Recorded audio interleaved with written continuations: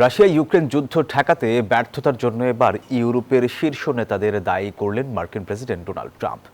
সেই সঙ্গে আবারও দিলেন কিয়েভকে সহায়তা বন্ধের ইঙ্গিত। এদিকে পোক্রোভস্কে আরও 1,56,000 সেনা মোতায়েন করেছে রাশিয়া, যদিও শান্তির প্রশ্নে নিজের ভূমি ছাড় দিতে রাজি নন বলে সাফ জানিয়েছেন ইউক্রেনের প্রেসিডেন্ট ভলোদিমির জেলেনস্কি।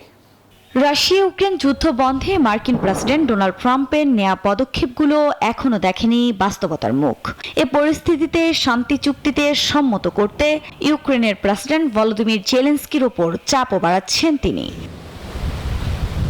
এবার যুদ্ধ ঠেকাতে ব্যর্থতার জন্য ইউরোপের শীর্ষ নেতাদের সরাসরি দায়ী করলেন ট্রাম্প। মার্কিন সংবাদ মাধ্যম পলিটিকোকে দেয়া এক সাক্ষাৎকারে ইউরোপের নেতাদের দুর্বল আখ্যাও দেন তিনি।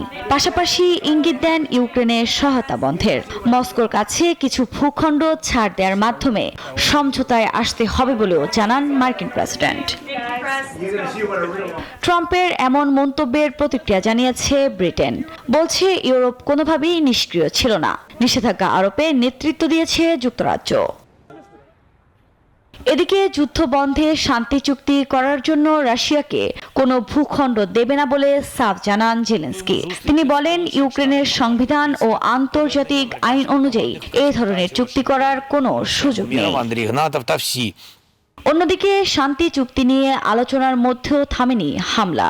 গণমাধ্যমের তথ্য বলছে, পোক্রোভস্কে আরও 1,56,000 সেনা মোতায়েন করেছে রাশিয়া। সেই সঙ্গে শীতকে সামনে রেখে জ্বালানি অবকাঠামোকেও লক্ষ্য করে অব্যাহত রয়েছে আগ্রাসন। যদিও পাল্টা রুশ ভূখণ্ডে ড্রোন হামলা চালিয়েছে কিয়েভ, যা প্রতিহতের দাবি ক্রেমলিনের। আফরিন মৌ, নিউজ 24।